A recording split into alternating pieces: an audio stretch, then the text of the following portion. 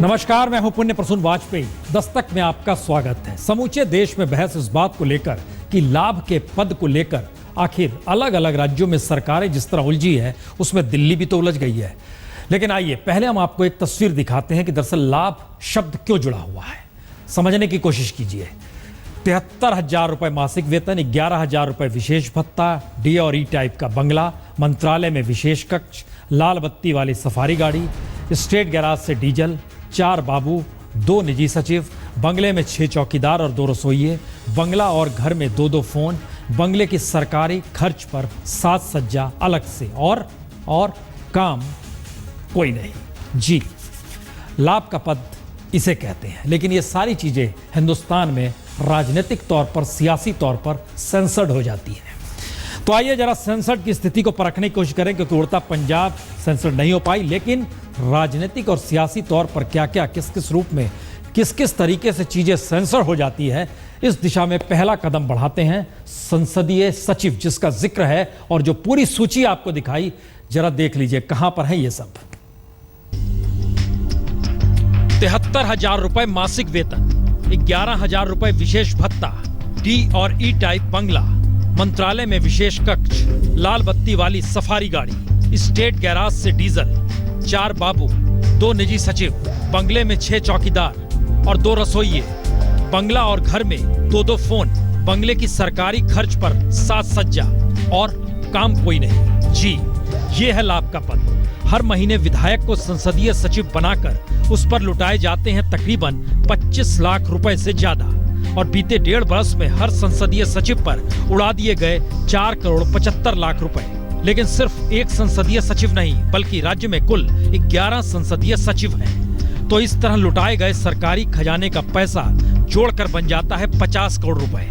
जी, 11 विधायकों को संसदीय सचिव बनाकर टैक्स पेयर का 50 करोड़ रुपए इन्हीं में बांट दिया गया। और यह सब उस राज्य में चल रहा है जहां गरीब को भरपेट दाल भात देने की स्थिति में सरकार नहीं है।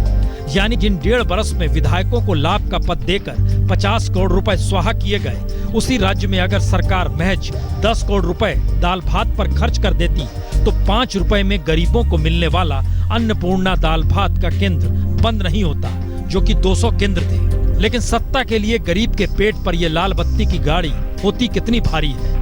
जितनी जगह लाल बत्ती की यह गाड़ी घेरती है, उतनी जगह गरीबों के लिए दाल भात केंद्र खोलने के लिए सरकार के पास जमीन नहीं, जगह नहीं। तो लाल बत्ती की इस कतार को देख लीजिए। ये सभी लाभ के पद वाले संसदीय सचिवों की ही गाड़ियां हैं। और गाड़ी पर बैठकर हवा खाने वाले विधायकों के पास, यानी संसदीय सचिवों के पास कोई काम धाम नहीं। संसदीय सचिव जिन मंत्रियों के विभागों में अटैच किए गए हैं, वहां उन्हें ना तो किसी का ट्रांसफर करने का अधिकार, ना ही कोई फैसला लेने का अधिकार। ये सारे अधिकार मंत्रियों के विशेषाधिकार होते हैं। तो फिर ये करते क्या है? दरअसल इन सब का कच्चा चिट्ठा निकालने के लिए आरटीआई कार्यकर्ता भिड़े तो सरकार, यानी रमन सिंह सरकार की तरफ से खामोशी ही बरती गई। हमने 19 आरटीआई मार्च के महीने में फाइल की थी संसदीय सचिवों के बारे में जानकारी लेने के लिए। आज 1.5 से 2 महीना हो गया, जानकारी नहीं दी गई, अपील किया गया है। और ये दोहरे लाभ के पद में जिस तरीके छत्तीसगढ़ में एक चालू किए परंपरा, वो दिल्ली की तर्ज में है। तो ये परंपरा रमन सिंह के दौर में ही शुरू हुई, क्योंकि इससे पहले 2001 में जब छत्तीसगढ़ राज्य बना तो पूर्व मुख्यमंत्री अजीत जोगी ने संसदीय सचिवों की नियुक्ति की परंपरा नहीं अपनाई, या कहें उन्होंने नहीं की। लेकिन बीजेपी ने शक्ति संतुलन के लिए कुछ चुनिंदा विधायकों को उपकृत करने के लिए संसदीय सचिवों की नियुक्ति की परंपरा शुरू कर दी और 11 विधायकों को संसदीय सचिव बना दिया। और दरअसल तर्क भी अजीबोगरीब दिए जाते हैं। छत्तीसगढ़ सरकार मध्य प्रदेश सरकार के उस आदेश का हवाला देती है जो 1967 में जारी किया गया था। इस आदेश के मुताबिक संसदीय सचिव का पद लाभ का पद नहीं माना जाता। और 2001 में छत्तीसगढ़ राज्य बना तो उस दौरान मध्य प्रदेश के ही सारे कायदे कानूनों को छत्तीसगढ़ ने अपना लिया। लेकिन सवाल सिर्फ कानून का नहीं, सवाल और सच तो यह भी कि सिर्फ सत्ता संतुलन और विधायकों को खुश करने के लिए गरीब जनता की गाड़ी कमाई का करोड़ों रुपया फूका जा रहा है और जवाब देने वाला कोई नहीं।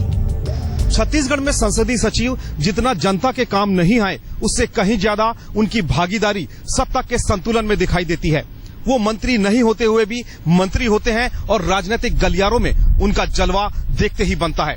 फिलहाल ऑफिस ऑफ प्रॉफिट का मामला सामने आने के बाद तमाम संसदीय सचिव ढूंढे नहीं मिल रहे हैं। उन्हें जमीन खा गई या फिर पार्टी, ये तो मुख्यमंत्री जी ही जाने। कैमरामैन महेंद्र के साथ सुनील नामदेव, रायपुर, आज तक। जी, दिल्ली ने एक काम अच्छा कर दिया, हर राज्य की परिस्थितियों को सामने लाकर रख दिया। उस दिशा में हम आए उससे पहले जरा सुन लीजिए छत्तीसगढ़ की सत्ता क्या कहती है और नियम कायदे को लेकर लोग क्या तर्क करते हैं। देश के विभिन्न राज्यों में समय समय पर यह सब होता रहा है। छत्तीसगढ़ में इसके संबंध में पहले से नियम और कानून है और इसलिए मुझे लगता है कि कोई बाधा इसमें नहीं है। पर ऑलरेडी ये नियम लाभ के पदों से इनको छूट दे दी गई है पहले से ही नियम बनाकर, इसलिए इसमें कोई आपत्तिजनक नहीं। लाभ का पद नहीं, उसको हमने लाभ के पद से पहले ही अलग कर दिया है। यहाँ पे धारा आर्टिकल 163, 164 का वायलेशन है और साथ में ऑफिस ऑफ प्रॉफिट का भी वायलेशन इसलिए है क्योंकि उन्होंने अपने मनमानी तरीके से एक एक्ट बनाया जिसका नाम है विधानसभा सदस्य निर्भरता निवारण संशोधन अधिनियम, जिसमें इन्होंने 90 पदों को इस लाभ के पद से वंचित कर दिया, उनको लाभ के पद से अलग कर दिया, जो कि अपने आप में एक मनमानी का ये है। और उस संशोधन अधिनियम को भी चैलेंज करना चाहिए और जो संवैधानिक ये जो संसदीय सचिव के जो पद हैं, जो जितने लोग बने हैं, इनकी जो पद दिया गया है, इनको जो बनाया गया है, उसको भी चैलेंज किया जाना चाहिए। तो इस देश की मुश्किल तो यही है, दरअसल हर सत्ता चाहती है या जानती है या समझती है या इस रूप में काम करती है कि दरअसल जनता ने चुना है तो जो मन चाहे जैसे कर लीजिए। आप उंगली उठाकर देखिए, वो कहेंगे चुनाव लड़ लीजिए और चुनाव लड़के जीत के दिखा दीजिए। लेकिन अच्छा तर्क ये, अच्छा दौर ये कि चलिए दिल्ली में जो पोटली खुली है उसमें 9 राज्यों के 100 से ज्यादा विधायक जो सचिव बने हुए हैं और लाभ कमा रहे हैं, अब उस दिशा में कौन कैसे किस रूप में कदम उठाएगा, सब कुछ दिल्ली पर निर्भर है। लेकिन होगा क्या, यह सवाल हर जहन में है। तो जरा इस रिपोर्ट को देखिए। केजरीवाल का कटघरा केजरीवाल के लिए गले की फांस बनेगा या फिर केजरीवाल अपने बनाए कटघरे में हर किसी को घसीटकर पूछेंगे? क्या पूछेंगे? वही जैसे उन्होंने कल पूछा। 100 चूहे खा के बिल्ली हज को चली, 100 चूहे खा के कांग्रेस हज को चली, 100 चूहे खा के बीजेपी हज को चली। तो यह है तो मुहावरा, लेकिन 21 विधायकों को लाभ का पद देकर केजरीवाल ने खुद को भी उसी कटघरे में खड़ा कर लिया जिस कटघरे में इससे पहले आम आदमी पार्टी नहीं थी। तो सवाल 3 है, क्या चुनाव आयोग दिल्ली के 21 विधायकों के चुनाव को खारिज कर देगा? उसके बाद कांग्रेस बीजेपी ही नहीं बल्कि 9 राज्यों के 100 विधायकों पर भी यही कार्रवाई होगी? या फिर कार्रवाई से बचने के लिए कुछ दिन बाद हर राजनीतिक दल खामोश हो जाएंगे? यानी लाभ के पद के भ्रष्टाचार के कटघरे में केजरीवाल भी फंस चुके हैं। तो आने वाले वक्त में सिवाय केजरीवाल अन्य दलों से अलग दिखाई ना दे, यह बीजेपी कांग्रेस की जीत होगी।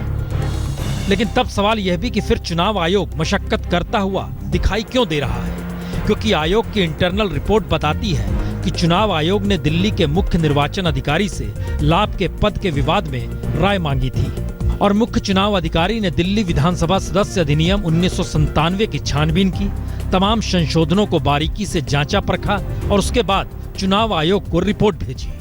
और अपनी रिपोर्ट में मुख्य चुनाव निर्वाचन अधिकारी ने साफ साफ लिखा कि दिल्ली में मंत्रियों को संसदीय सचिव रखने का कोई प्रावधान नहीं है। यानी ये रास्ता दिल्ली में 21 विधायकों की सदस्यता रद्द कर दोबारा 21 सीटों पर उपचुनाव की दिशा में तो नहीं जा रहा।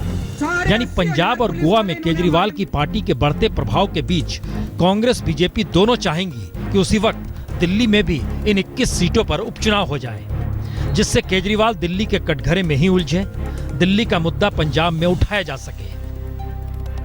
क्योंकि इसी वक्त प्रीमियम बस को लेकर गोपाल राय भी फंसे और गोपाल राय पर भ्रष्टाचार के शब्दों के छींटे तक न आए, इसलिए अलका लांबा के शब्दों को भी बर्दाश्त नहीं किया गया और 2 महीने की छुट्टी पर भेज दिया गया। यानी भ्रष्टाचार के खिलाफ लड़ते केजरीवाल की छवि टूट जाए यह विरोधी चाहते हैं और भ्रष्टाचार के खिलाफ आवाज उठाने वाले की छवि बरकरार रहे यह केजरीवाल हर हाल में चाहते हैं। और वजह भी यही कि एक तरफ प्रीमियम बस पर गोपाल राय से पूछताछ करते एसीबी के मुखिया आने वाले वक्त का अंदेशा कुछ यूं दे रहे हैं। हमें कंप्लेंट मिली है, उस कंप्लेंट के तहत हम इंक्वायरी कर रहे हैं, लेकिन ये जरूर है कि जो इसमें कंसर्न लोग हैं सबको बुलाया जाएगा, सबसे उनका व्यू पॉइंट लिया जाएगा, उन जो एलिगेशंस हैं उनके बारे में पूछा जाएगा। लेकिन एसीबी की जांच को अनदेखा कर केजरीवाल अखबारों में एक पन्ने का विज्ञापन छापकर प्रीमियम बस की खासियत भी बता रहे हैं और जनता से राय भी मांग रहे हैं। सवाल यही है, ये सारे रास्ते जाते किधर हैं और राजनीतिक तौर पर जो भी सत्ता में आए वो तमाम स्थितियों को सेंसर्ड क्यों कर देता है। लेकिन इन सब के बीच हम आपको दिखाते हैं दरअसल हिंदुस्तान में एक ऐसी पौध भी है जो संघर्ष करती है, शहरों से दूर रहती है, कमाने खाने की स्थिति में 2 जून की रोटी का जुगाड़ मुश्किल होता है। उनके संघर्ष को सलाम कीजिए, जरा देखिए इसे।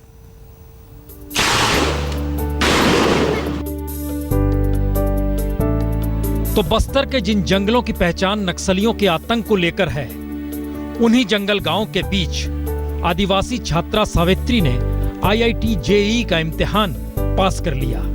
जी, गांव के सरकारी स्कूल से पहले उसने पढ़ाई की, फिर आवासीय विद्यालय प्रयास में दाखिला लिया और 1135वीं रैंक लाकर उसने अपने किसान पिता और शिक्षक का नाम ऊंचा कर दिया।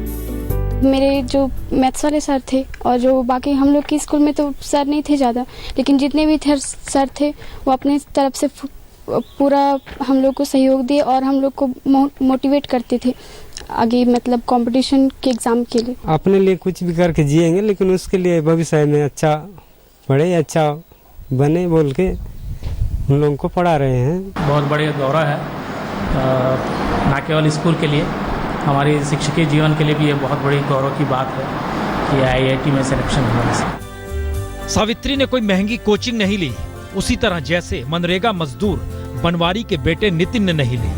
नितिन की JEE एडवांस में 499 रैंकिंग आई और बिहार के सुपर 30 इंस्टीट्यूट से इस बरस 30 में से 28 छात्रों ने JEE एडवांस का इम्तिहान पास कर बताया, योग्यता को सिर्फ दिशा चाहिए, पैसा नहीं। तो क्या गरीब बच्चों ने उस सिस्टम को आईना दिखाना शुरू कर दिया है जिसमें पूंजी के आश्रय पूरी शिक्षा व्यवस्था को जोड़ा जा रहा है और ये मान लिया गया है कि पैसा नहीं होगा तो अच्छी कोचिंग नहीं होगी, अच्छी कोचिंग नहीं होगी तो कामयाबी के बारे में सोचना भी बेमानी होगा। क्योंकि आज का सच तो यही है कि देश में कोचिंग इंडस्ट्री करीब 300 अरब रुपए की हो चली है, जहां कोचिंग करने वाले छात्रों की तादाद 20 लाख से ज्यादा की है। लेकिन सच यह भी है कि 2015 में JEE एडवांस में जिन छात्रों ने कामयाबी हासिल की, उसमें तकरीबन 3000 छात्र तो ऐसे हैं जो वाकई ऐसे इलाकों से आते हैं, ऐसे क्षेत्र से आते हैं, ऐसे माहौल से आते हैं जहां उनके पास पैसे नहीं हैं। 1600 छात्र ऐसे जिनके परिवार की सालाना आय 1 लाख से कम, 900 छात्राओं की मां निरक्षर, 250 छात्रों के पिता निरक्षर। तो सावित्री और नितिन जैसे बच्चों की कामयाबी का जश्न भी जरूरी है, क्योंकि इन्हीं कामयाबियों से हौसला मिलता है। यकीनन स्मार्ट सिटी बना लीजिए या विकास की चकाचौंध में चले जाइए, लेकिन देश भारत किस रूप में कैसे गांव में जीता है और वहां से संघर्ष करते हुए निकलता है, ऐसे में राजनीतिक तौर पर सेंसर कहां कीजिएगा। आइए हम दिखाते हैं। दरअसल एक फिल्म को लेकर सेंसर हो या ना हो बहस होती रही और अनकट फिल्म, यानी जिसमें कुछ कट हाईकोर्ट के कहने पर दिए गए, वो लीक कर गई। तो फिर सेंसर का मतलब क्या है?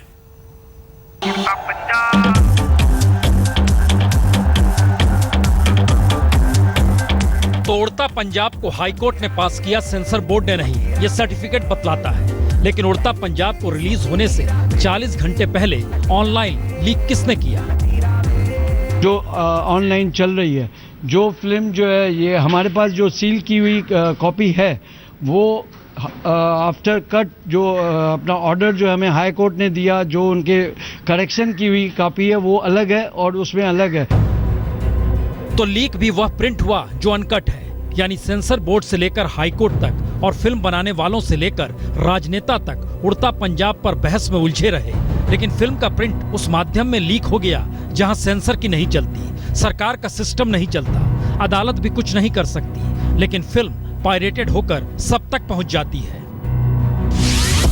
तो सवाल 3 है, रिलीज होने से पहले फिल्म अगर लाखों लोगों ने देख ली तो फिर इसका नफा नुकसान किसे? अनकट फिल्म लीक हुई तो सेंसर बोर्ड का फिर मतलब है क्या? और जब ऑनलाइन माध्यम की पहुंच ज्यादा है और सस्ती है तो फिर सिनेमा घर का मतलब क्या? यानी अब सवाल यह नहीं कि लीक किसने किया, मुद्दा तो यह है कि ऑनलाइन अनकट फिल्म जब देखी जा रही है और उसे सेंसर करने की कोई व्यवस्था है ही नहीं, तो सेंसर बोर्ड का मतलब है क्या?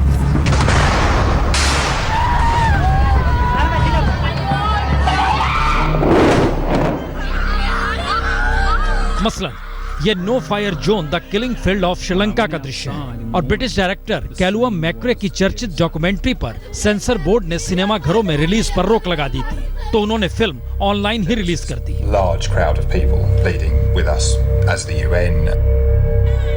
Please don't leave. Militarily, no matter what it costs, including 93 minute की इस डॉक्यूमेंट्री को श्रीलंका, भारत, नेपाल और मलेशिया में फ्री में ऑनलाइन उपलब्ध करा दिया गया।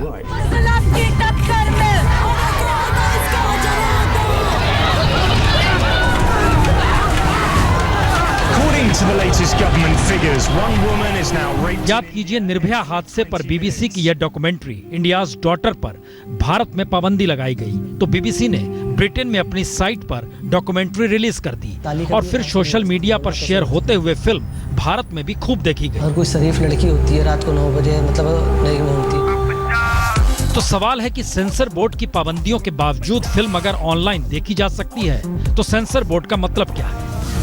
क्या वक्त आ गया है कि सेंसर बोर्ड को खत्म कर दिया जाए या सीन काटने के उसके अधिकार को पूरी तरह खत्म करते हुए सिर्फ उसका दायरा सर्टिफिकेशन तक ही रखा जाए? और अगर रिलीज से पहले ही फिल्में, डॉक्यूमेंट्री या कोई प्रोग्राम ऑनलाइन उपलब्ध हो रहा है तो ऐसे में निर्माता करे तो क्या करे? क्योंकि सच तो यही है, यूरोएंट जैसी तमाम साइट्स के जरिए फिल्म और म्यूजिक धुआंधार शेयर होती है, तो निर्माताओं की चिंता के बावजूद इस पर रोक लगाना मुश्किल है, क्योंकि सॉफ्टवेयर पीयर टू पीयर यानी लोगों को आपस में किसी चीज को शेयर करने की सुविधा देता है, ना कि अपनी साइट पर किसी फिल्म म्यूजिक को रखता है। तो कल्पना कीजिए, उड़ता पंजाब रिलीज कल होगी, लेकिन इसके जरिए लाखों लोगों तक ये फिल्म ऑनलाइन पहुंच चुकी होगी।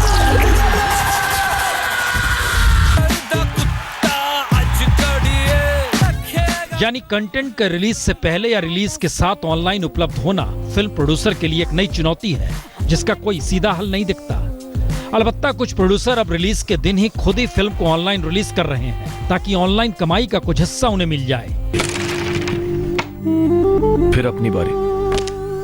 मसलन 2010 में आई स्ट्राइकर को रिलीज के साथ यूट्यूब पर भी रिलीज कर दिया गया। क्या करेगा? और बीते महीने ही मलयालम फिल्म लीला को ऑनलाइन रिलीज किया गया। ഇതെന്നെ പിള്ള ചേട്ടാ കിടത്തവും പൊക്കവും ചെയ്യുന്നത്. സ്റ്റാർട്ട് ആവുന്നില്ലെന്നേ കുട്ടിയപ്പം വീട്ടിലേക്ക് പോകുന്നുണ്ടല്ലോ.